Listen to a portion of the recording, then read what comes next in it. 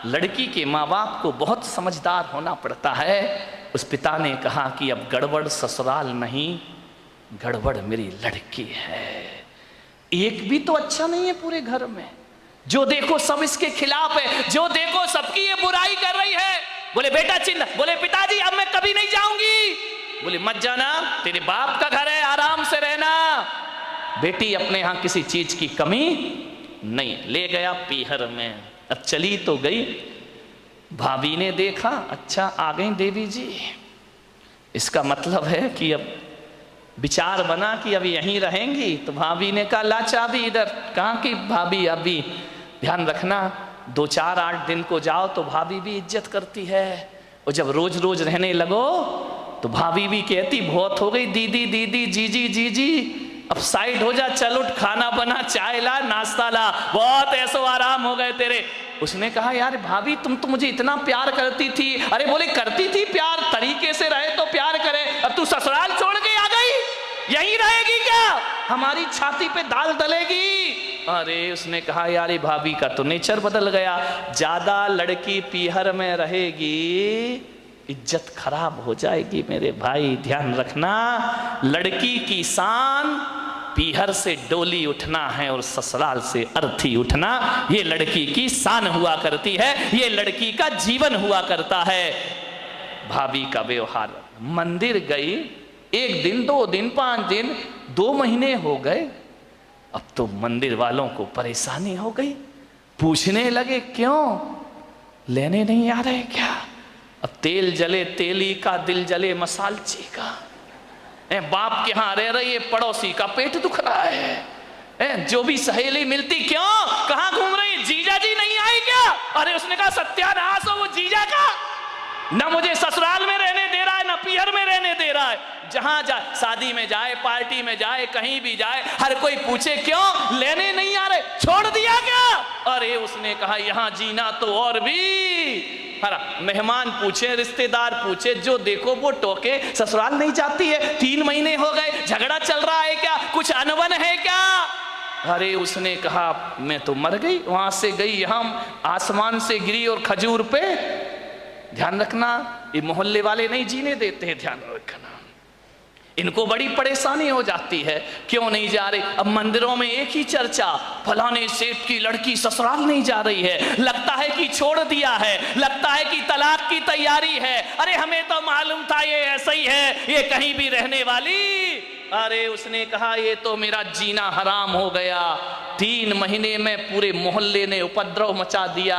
बोले सेठ जी ये लड़की जाती नहीं है क्या। अब सेठ क्या बोले, सेठ एक दिन उदास बैठी थी झरोखे पर, सेठ ने कहा बेटी बड़ी दुखी दिख रही। बोली करूं क्या पिताजी, मैं ससुराल बिल्कुल नरक है, और यहाँ शादी के बाद क्या आ गई कि मेरी इज्जत ही मिट्टी में मिल गई। जो देखो मुझे शक की निगाह से देखता है, जिससे बात करो जैसे ही बात करो पहला प्रश्न होता है जीजा जी कहाँ है। अब वो जीजा ने तो मेरा जीना हराम कर दिया है, इससे अच्छी तो पिताजी मेरी शादी ही नहीं होना थी। ध्यान रखना, यदि मोहल्ला टोंकता है, समाज टोंकती है, तो बुरी बात नहीं है, ऐसे ही टोंका करो, किसी का उजड़ा हुआ घर फिर से बस जाएगा। ध्यान रखिए, मानेगा। बहुत दुखी हो गई वो। पिता ने पूछा बेटी एक काम करेगी। बोले क्या। बोली अपने नगर में एक महाराज पधारे हैं, बड़े पहुंचे हुए संत हैं, मैंने तेरी चर्चा उनसे की है। क्या बोले महाराज। बोली पहले सुन ले शांति से। उन्होंने मुझे एक मंत्र दिया है, यदि इस मंत्र की मैं साधना करूं, मंत्र का जाप करूं, तो 6 महीने में ससुराल तेरी मुट्ठी में आ जाएगी। मुट्ठी में आ जाएगी। बोले अब लड़की चाहती क्या है, इनको सबसे बड़ा दुख क्यों है कि किसके अंडर में मैं रहूं। ये तो ये चाहते कि जाते ही साथ मेरा राज्य हो जाए, मैं महारानी बन जाऊं, सब लोग मेरे इशारे पर काम करे। इनको राजपाट चाहिए और कुछ नहीं चाहिए। ध्यान रखना, बहू को चाहिए घर की चाबी, घर की मालकियत। वो किसी के अनुशासन में रहना नहीं चाहती है, लोगों को अनुशासन में रखना चाहती है। पिता ने कहा बेटा 6 महीने में तेरी ससुराल का पूरा वातावरण बदल जाए तो तू ससुराल जाना चाहेगी? उसने कहा पिताजी क्यों नहीं जाना चाहूंगी। अब अकल आ गई उसको ठिकाने। ज्यादा बहू गड़बड़ करे ना तो 1 आध साल छोड़ दिया करो, अपने आप आएगी लौट के वापस, ध्यान रखना। अब अकल आ गई उसको कि क्या करूं। बोले हाँ पिताजी जा सकती हूं मैं। बोले सब तेरी मुट्ठी में होगा। बोले सब होगा। बोले हाँ। तो बोले मैं जा सकती हूं पिताजी। पति बोले वो तेरे आगे पीछे घूमेगा। सास अरे तेरे पैर छुएगी। वो सास पैर छुएगी। बोले हाँ। अरे ऐसी ससुराल तो चाहिए थी मुझे। बोले मैं महाराज ने क्या कहा? बोले महाराज ने ये कहा कि मंत्र। बोले पिताजी देखो ये मंत्र मुझसे नहीं होगा, ये कठिन काम है। बोले एक काम कर, महाराज ने ये कहा है कि मंत्र तो मैं जप लूंगा, साधना तू कर लेना। बोले मंत्र तुम जपो साधना मैं करूं? बोले हाँ तुरंत इफेक्ट पड़ेगा। तो बोले पिताजी मुझे क्या साधना करना है? बोले साधना तुझे इतनी करना है कि 6 महीने किसी को जवाब मत देना, किसी को भी कोई कुछ भी बोल दे 6 महीने जवाब मत देना, और 6 महीने किसी से अकड़ना मत, झुक करके जीना, ईमानदारी से काम करना। बोल तैयार है? बोले पिताजी तैयार हूं, बस 6 महीने ना। बोले हाँ। उससे ज्यादा तो नहीं? बोले नहीं, उसके बाद ससुराल मेरी मुट्ठी में। अरे बोले तुरंत मुट्ठी में। और बोले नहीं हुई तो बेटा अपना घर है वापिस से जाना। गया, तैयार हो गई, पिता ले गया ससुराल में। जैसे ही पहुंचा सबने देखा, फिर आ गई ये आफत की जान है। कोई नहीं बोला इनसे, न ननन ने बोला कि भाभी आ गई, न देवर ने बोला भाभी आ गई, न जेठ ने बोला बहू आ गई। पति ने कहा फिर आ गई कलमुही इस घर को बर्बाद करने। गुस्सा तो इतना आया उसे, लेकिन पिता ने कहा साधना ध्यान रख, कुछ भी मत बोल। 6 महीने गई, पिता ने छोड़ा। सास से बोला कि बहन जी ये रखिए इसको, बदल गई। बोले ये क्या बदलेगी, वापिस ले जाओ इसको, मैंने मना किया था ना कि हमारे यहां मत भेजना। एक मौका तो हर किसी को दिया जाता, इसको देने का प्रयास करिए। सास ने कहा ठीक है। गई, सुबह उठी, 8 बजे उठती थी। 6 महीने मुझे 6 बजे उठना है। उठी, गई, सासू के पैर पड़े। अरे सास ने कहा ये क्या है, ये पैर पड़ रही मेरे। बोले अम्मा जी आशीर्वाद दो कि आज का दिन सुख शांति से बीते, शुभ बीते। तुम आशीर्वाद दे दो तो सुख शांति। सास खुश हो गई तो फिर तो शांति शांति है। बोली अम्मा जी आशीर्वाद दो मैं सबको खुशियां बांट सकूं। अम्मा ने कहा यार ये बोल क्या रही है। ठीक ठीक बेटा आशीर्वाद। जा रही थी, एक पैर की चोट लगी, कांच का गिलास फूट गया। ससुर ने कहा अंधी है क्या, दिखता नहीं है तुझे? आते ही 7 उपद्रव शुरू हो गए तेरे। जब तक नहीं थी बड़ी शांति थी, गिलास फोड़ के रख दिया। अब गुस्सा इतना आया, उसने कहा बुढ़े यदि मेरा बाप मंत्र नहीं जप रहा होता तो गिलास तेरे सिर पे फूटता, लेकिन अब मैं कुछ बोल नहीं सकती हूं, मजबूर हूं। क्या बोलूं? पिता का चेहरा याद आया। बेटा कुछ जवाब नहीं देना। चुप रह गई।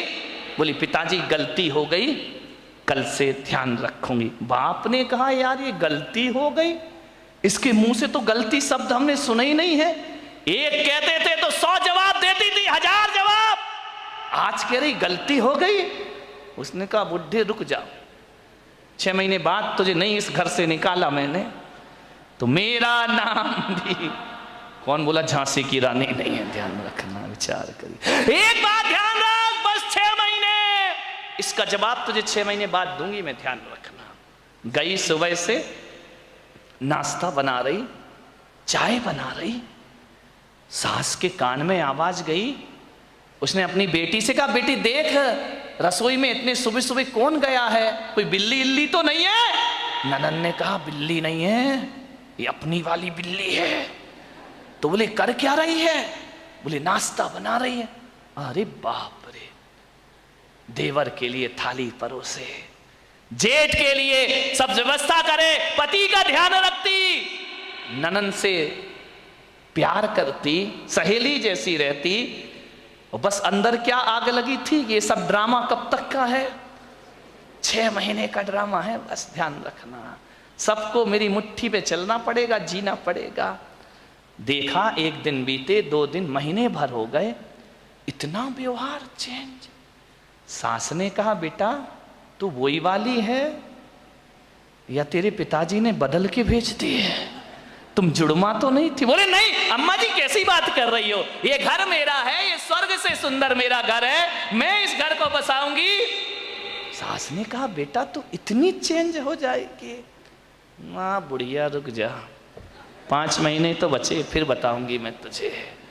इतनी सॉफ्ट, पैर दबाती, जय जिनेंद्र करती, पिताजी को पिताजी पिताजी कह करके बात करती, लोगों के दिलों पे राज करने लगी। 1 महीने में उसने देखा यार बाबा जी का मंत्र तो बड़ा प्रभावी है, उन्होंने तो कहा था 6 महीने लगेंगे, यहां तो पूरी सरकार मेरी मुट्ठी में आ गई है, अब तो अपना राज हो गया है। एक दिन सास ने बुलाया, बेटा इधर आ, इधर आ, देख तू इतनी अच्छी लक्ष्मी आई है मेरे घर में। बोले लक्ष्मी?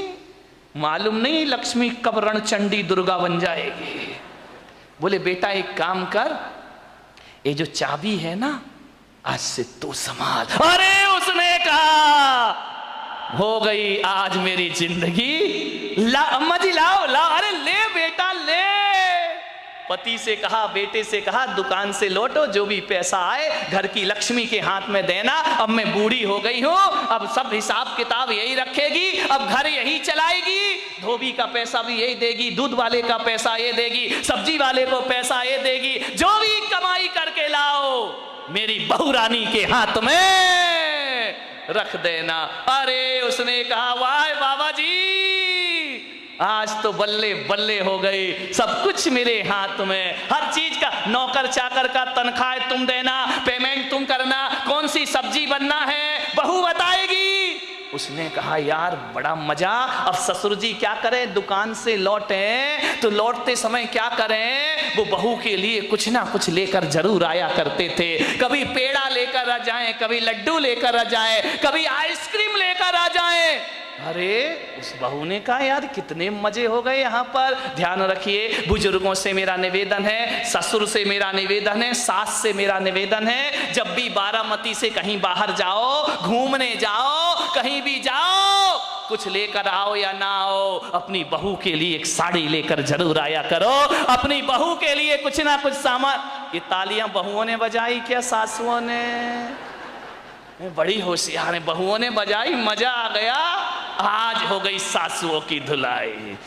लेकिन ये सासुएं इतनी बेईमान हैं, बाहर जाएंगी लड़की के लिए लेकर आएंगी, बहू के लिए नहीं लाएंगी। ध्यान रख, ये छोटी छोटी बातें हैं, ध्यान रखना। यदि हर बार ससुर जी घर लौटे, रोज घर लौटो, कुछ ना कुछ बहू को लेकर आओ। तुम बाहर जाओ सासुओं तो कुछ ना कुछ लेकर जरूर आओ। अरे एक नया मंगल सूत्र ही लेकर आ जाया करो, और कुछ ना मिले तो कौन बोला अच्छी सुंदर सी चप्पल ले आया करो। नहीं, चप्पल मत लाना, बहू का मूड बिगड़ जाए तो। एक मोबाइल ले आया करो कि मेरी बहू को मोबाइल। ध्यान रख, इन बातों से कुछ होता नहीं है, लेकिन बहू के मन में ये भावना आती है कि बाहर घूमने के बाद भी मम्मी ने मेरा ख्याल रखा है। आपके प्रेम के संबंध बन जाएंगे, आपकी आत्मीयता के संबंध बने जाएंगे। आप चाहते हो ससुर जी बोलो कि घर में हमारा कोई इंतजार करे, वैसे तो बुड्ढों का कोई इंतजार नहीं करता है, चाहते हो कि कोई इंतजार करे। इंतजार फोकट में नहीं होता मेरे भाई।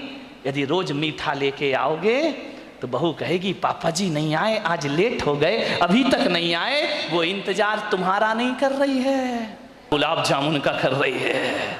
किसी भी बहाने घर में इज्जत तो बनाओ मेरे भाई, ध्यान रखिए। तीर्थों पे जाओ तो बहू को लेकर कुछ ना कुछ आइए। आप बताइए, आप सोचिए, विचार करिए, आपके संबंध अच्छे, ससुर जी लौटे, बहू के लिए कुछ ना कुछ लेकर आए। धीरे धीरे 1 महीने में परिवार तो बदल गया, दूसरे महीने में बहू के विचार भी बदल गए। सबके साथ ऐसे रहने लगी, ऐसे रहने लगी। एक दिन रक्षाबंधन का त्योहार आया, भाई लेने आया। भाई ने कहा बेटी दीदी राखी का त्योहार है, घर चलना है। तो मालूम है बहू क्या बोली? मेरी मम्मी से पूछ लो। जब पहली बार नजारा क्या था, भाड़ में जाए वो डायन। आज क्या कह रही है? मेरे पिताजी से पूछ लो, मेरी मम्मी से पूछ लो। भाई ने कहा जी तू ड्रामा कर रही है, हकीकत का मामला है। बोले चुप बैठ, पूछ के आजा। गया, अम्मा जी दीदी को ले जाऊं। अरे बेटा कहां ले जा रहा है? बोले रक्षाबंधन है। बोले बेटा त्योहार है तो मैं मना नहीं कर सकती, लेकिन जब से तेरी बहन इस घर में आई है स्वर्ग जैसा वातावरण हो गया है। वो ना रहेगी तो हमारा मन ना लगेगा, वो ना रहेगी तो एक दिन काटना मुश्किल है। देवर बोला भाभी जल्दी लौट कर आना। ननंद की आंखों में आंसू आ गए। ससुर ने कहा बेटी तू मेरी बुढ़ापे की लाठी है, जल्दी घर वापस लौट के आना। देखो भैया राखी बंधे और दूसरे दिन भेज देना मेरी बेटी को, इसके बिना हमारे घर की शोभा। भाई ने देखा ये बात, गई घर पीहर। जैसे ही पहुंची पिता ने पूछा बेटी ससुराल कैसी है? बोले एकदम स्वर्ग पिताजी। अरे बोले वो नरक थी ना? अरे नरक नरक नहीं, बिल्कुल स्वर्ग है। और बोले पिता बेटा ये बता तेरा वो राक्षस ससुर। यार पिताजी तुम मेरे ससुर को राक्षस मत बोलो, देखो इतने अच्छे हैं, कभी तुम्हारी याद तक नहीं आती है जब तक उनके साथ रहती हो। मेरा जीवन बदल गया पिताजी। अरे बोले वो डायन सास। अरे इतना प्यार तो मम्मी नहीं करती जितना प्यार मुझे मेरी सास किया कर। अरे बोले वो आवारा देवर। बोले आवारा मत बोलो पिताजी, अब मुझे बुरा लग जाएगा। बुरा लग जाएगा? बोले हाँ लक्ष्मण की तरह मेरा देवर है, दिन भर भाभी भाभी भाभी भाभी करते रहता है। अरे बोले वो चुगली करने वाली ननंद। चुगली नहीं, इतनी सम्मान और इज्जत आज मुझे पता चला ससुराल में जाके कि घर में एक छोटी बहन का होना भी बहुत जरूरी हुआ करता है। बिल्कुल बहन सहेलियों जैसी रहती है।